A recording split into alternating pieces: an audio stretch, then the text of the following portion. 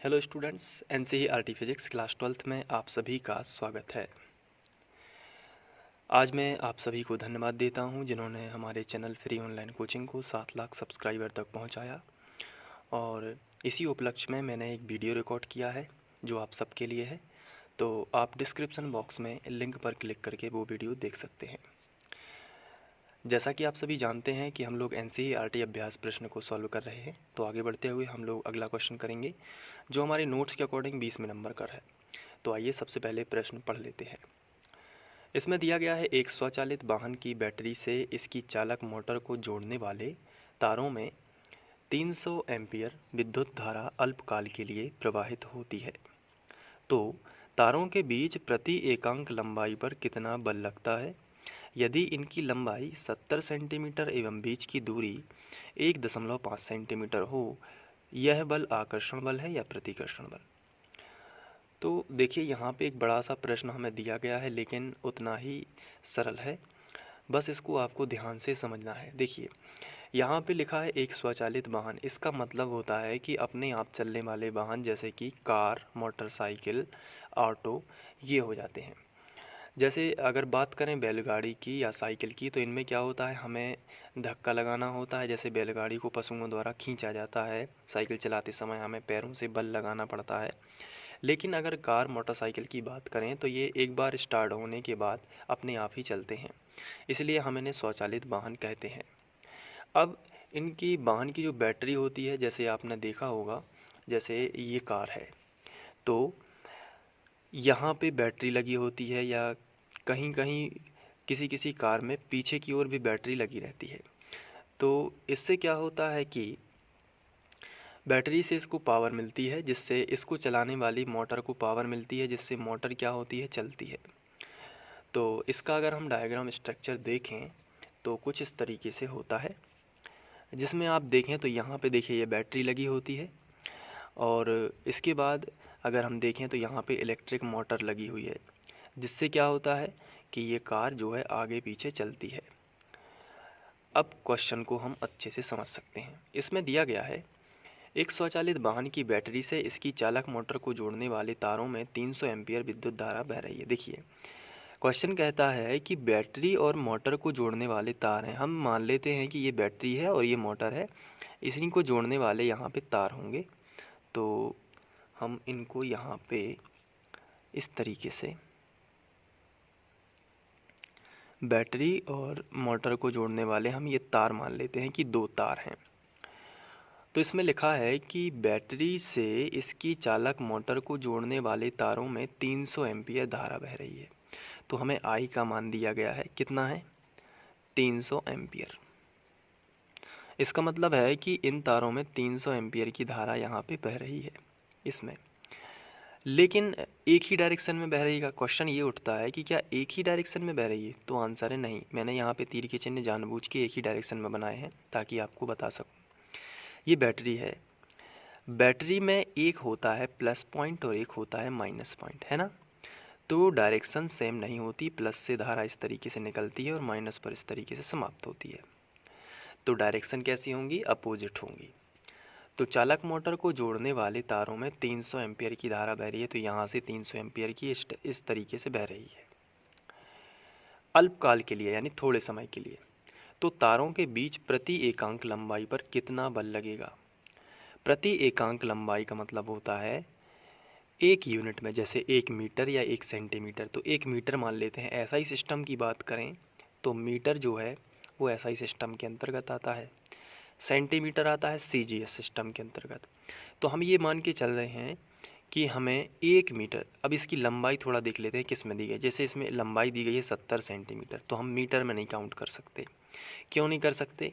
क्योंकि लंबाई हमें किस में दी गई है, सेंटीमीटर में। तो एकांक लंबाई यानी कि 1 सेंटीमीटर पर कितना बल लगेगा वो हमें काउंट करना है। तो फिर कैसे इसको काउंट करेंगे, उसके लिए फॉर्मूला होता है। तो वो फॉर्मूला हम लगाएंगे। देखिए, ये चालक तार हैं 2 और ये समांतर हैं। तो समांतर धारावाही चालकों के मध्य एकांक लंबाई पर लगने वाला जो बल होता है, उसके लिए हमने डेरिवेशन किया हुआ है, आप प्लेलिस्ट में जाकर देख सकते हैं। और जो उसका आंसर आया था वो इस तरीके से था। तो देखिए, अब इसमें हमें एक बात तो पता चल गई कि बैटरी है और बैटरी से मोटर का कनेक्शन है तार द्वारा, और इस तार में 300 एम्पियर की धारा बह रही है। डायरेक्शन हमें पता कैसे चली? बैटरी से, क्योंकि बैटरी का एक प्लस पॉइंट होता है, एक नेगेटिव यानी कि माइनस पॉइंट होता है। तो धारा इस तरीके से प्लस से निकलेगी और माइनस पर इस तरीके से ख़त्म होगी, तो एक सी डायरेक्शन नहीं हो सकती। अब यहाँ पे बात की गई है, जो धारा का मान हमें दिया गया है वो 300 एम्पियर है। अगर हम माने कि दो तार हैं जिनमें धारा बह रही है, तो I1 अगर 300 होगा तो I2 भी कितना होगा? 300 ही होगा। ठीक है, क्यों? क्योंकि एक ही मान की धारा बह रही है दोनों में अल्पकाल के लिए। एकांक लंबाई पर कितना बल लगेगा? तो ये जो फॉर्मूला है ये एकांक लंबाई पर है, लेकिन इस फॉर्मूले में हमें बल तो ज्ञात हो जाएगा, लेकिन हमें क्या क्या पता होना चाहिए? धाराओं के मान पता होने चाहिए और आर पता होना चाहिए। आर क्या है? दोनों तारों के बीच की दूरी। ये देख लेते हैं क्या क्वेश्चन में दी गई है। बिल्कुल, इनकी लंबाई 70 सेंटीमीटर है, लेकिन इनके बीच की दूरी कितनी है? 1.5 सेंटीमीटर। तो इनके जो बीच की दूरी है वो हमें मिल गई है। आर का मान भी दिया गया है, कितना है? आर का मान है 1.5। तो सिंपली बस हमें I1 I2 पता है और आर का मान पता है, तो हम एफ का मान निकाल सकते हैं। तो चलिए अब हम इसको सिस्टमैटिक करते हैं जैसा हमें बोर्ड परीक्षा में करना है। तो इसके लिए सबसे पहले हम लिखते हैं जो हमें दिया गया है। क्या क्या दिया गया है? सबसे पहले I1 I2 300 ही होगा, तो हम यहाँ पे लिख लेते हैं I1 300, I2 भी 300, लेकिन डायरेक्शन अलग अलग है, तो ये प्रतिकर्षण आकर्षण बाद में डिस्कस हो जाएगा। तो ये भी 300 ही है। आर का मान हमें कितना दिया गया है? दूरी जो है वो है 1.5 सेंटीमीटर। ये एम्पियर में लिखना है यहाँ पे, और ये सेंटीमीटर हो जाएगी। और एक बात और याद रखना है कि जो फॉर्मूला है वो हम यहाँ पे सामने रख लेते हैं थोड़ा। तो I1 I2 और R यदि मालूम है, μ0/4 का तो पता है कि ये 10⁻7 होता है, तो इसको कैलकुलेट कर लेंगे। चलिए करते हैं। इसलिए हेडिंग लगाएंगे एकांक लंबाई पर लगने वाला बल। और ये जो फॉर्मूला है ध्यान रखना है ये SI यूनिट के लिए है, तो सभी चीज़ें SI यूनिट में होनी चाहिए। तो अगर हम देखें तो एम्पियर जो I1 I2 के मान हैं वो तो हमारे SI सिस्टम में है, एम्पियर में है, लेकिन हमारा जो आर का मान है वो सेंटीमीटर में है, यानी कि ये CGS पद्धति में है, ये SI सिस्टम में नहीं है। तो इसको हमें मीटर में बदलना होगा। तो सेंटीमीटर को मीटर में बदलने का सिंपल सा फंडा क्या है कि 10⁻2 लगा दीजिए, यानी 100 से भाग दे दोगे तो मीटर क्या है? सेंटीमीटर मीटर में बदल जाएगा। और 100 से भाग दोगे तो ये 100 जो बटे में था ये ऊपर आ जाएगा। तो 100 का मतलब क्या होता है? 10⁻2 की पावर। अब मुझे लगता है यदि आपको समझ में नहीं आया तो थोड़ा सा डिटेल में कर देता हूँ। 1.5 सेंटीमीटर था ना ये, इसको किस में बदलना है? मीटर में। तो कैसे करोगे? 1.5/100। तो अब ये किस में बदल गया? मीटर में। अब इसको क्या करना है कि हम इसको और सिंप्लीफाई करेंगे। तो 1.5 ज्यों का त्यों, 100 को हम क्या लिख सकते हैं? 10/2 की पावर। ये 10/2 की जो पावर है यानी कि घात है ये ऊपर आ जाएगी। तो इसी को हम कैसे लिख सकते हैं? 1.5 गुणित 10⁻2। ये है इसका डिटेल। अब तो आपको समझ में आ गया होगा। तो ये यहाँ पे मीटर हो जाएगा। तो मीटर में क्यों बदला है बताइए? मीटर में इसलिए बदला है क्योंकि जो हमारा फॉर्मूला है वो कैसा है? वो SI यूनिट के लिए है। किसके लिए है? SI यूनिट के लिए। तो R का मान भी हमें SI यूनिट में भी रखना होगा, लेकिन ये कैसे दिया था? ये तो हमें CGS में दिया था। सेंटीमीटर को किस में बदलना है? इसलिए मीटर में। बाकी एम्पियर तो ये SI यूनिट ही है। अब इसलिए हम फॉर्मूला लगा सकते हैं। F बराबर होगा μ0/4 इंटू 2I1 I2 बटे R। ठीक है, तो अब इसको कैलकुलेट करते हैं। μ0/4 बताइए कितना होता है इसका मान? इसका मान होता है 10⁻7 की पावर गुणित 2I1 का मान कितना होगा? 300। I2 का मान कितना होगा? 300। ऊपर देख लीजिए I1 I2 कितना है? 300 बटे R कितना होगा? इसका सबका बटे कर सकते हैं। R है हमारा 1.5। ठीक है, 1.5 गुणित 10⁻2 की पावर। तो इस तरीके से कर दिया। अब इसको आगे बढ़ाते हैं। देखिए यहाँ पे अगर हम कैलकुलेट करें तो इसका अगर हम ये दशमलव हटाना चाहें तो इसके बटे 10 कर सकते हैं। तो देखिए कैसे सॉल्व, कई तरीके से सॉल्व हो सकता है, जैसा जिस समय आपको लगे कि करना है वैसे। देखिए समझाने की दृष्टि से थोड़ा मैं इसको डिटेल में करूँगा, क्योंकि जो गाइड वगैरह होती हैं या जिससे भी आप पढ़ते हैं या डायरेक्ट आंसर, तो इसके बाद सीधा डायरेक्ट आंसर लिख दिया जाता है। जिससे हम कभी भी सीख नहीं पाते हैं, या अगर जो बच्चे कैलकुलेट नहीं कर पाते तो उनको बड़ी समस्या हो जाती है कि कैसे सॉल्व हुआ है। तो यहाँ पे देखिए 15/10 लिख सकते हैं इसको, 1.5 को। क्यों? क्योंकि दशमलव का 1 और दशमलव के बाद जितने अंक हैं उतने 0, तो इस तरीके से हो गया। तो 15/10 गुणे 10⁻², ये 10 है, अगर इसको ऊपर ले जाएंगे तो ये भी माइनस हो जाएगा ना। तो इसको कैसे लिख सकते हैं, थोड़ा डिटेल में ज़रूर करवा रहा हूँ, उसके लिए सॉरी, क्योंकि मैं सभी बच्चों को यहाँ पे टारगेट करता हूँ ताकि सभी को समझ में आ जाए। तो देखिए यहाँ पे अब 15 जो है इसको हम अब पूरा का पूरा लिख सकते हैं, लेकिन 10 को ऊपर ले जाएंगे तो ये -1, यहाँ पे 1 की पावर मानी जाती है, तो ऊपर जाएगा तो -1 हो जाएगा। तो -2 पहले से थे और -1 ये भी जाएगा, तो क्या हो जाएगा, -3 होगा ना। ये हो गया। अब यहाँ पे 15 दूनी 30, यहाँ पे 2 बार होगा, ये 0 ज्यों का त्यों। अब देखिए कितना सिंपल हो गया ना। अब देखिए 3 दूनी 6 और 6 दूनी 12 है।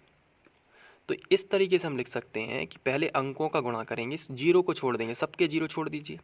3 दूनी 6 और 6 दूनी 12, तो f बराबर 12 है। अब कितने 0 हैं, 2 0 ये हैं और 1 0 है, तो कितने हो गए, 3 0, 1 2 3।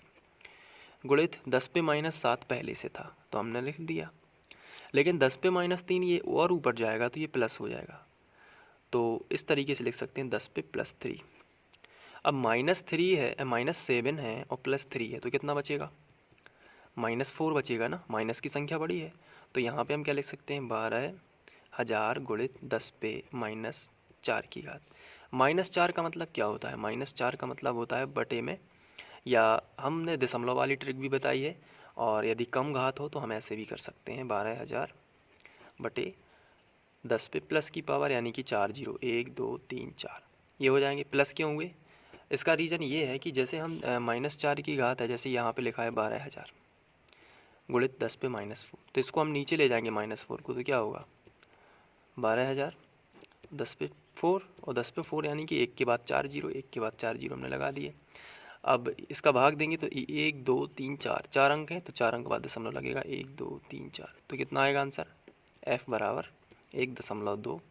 बाकी 0 लिखने की कोई ज़रूरत नहीं है, और यहाँ पे हम लिखेंगे न्यूटन पर मीटर, क्योंकि एकांक लंबाई पर ये आ जाएगा इस तरीके से। इसके बाद क्वेश्चन में हमसे पूछा गया है कि बल आकर्षण बल होगा या प्रतिकर्षण बल, तो इसका आंसर सीधा हमें डायग्राम से ही मिल जाता है। कैसे, क्योंकि इसमें आप देख सकते हैं कि बैटरी लगी है, बैटरी लगने का मतलब है कि इसमें प्लस और माइनस टर्मिनल होंगे। तो मैंने शुरू में ही बता दिया था कि धारा इस तरीके से बहेगी और यहाँ पे उसके विपरीत डायरेक्शन में, क्योंकि बैटरी में प्लस माइनस टर्मिनल होते हैं। तो जब दोनों तारों के बीच में विपरीत डायरेक्शन में धारा प्रवाहित हो तो उनमें क्या होता है, उनमें होता है प्रतिकर्षण।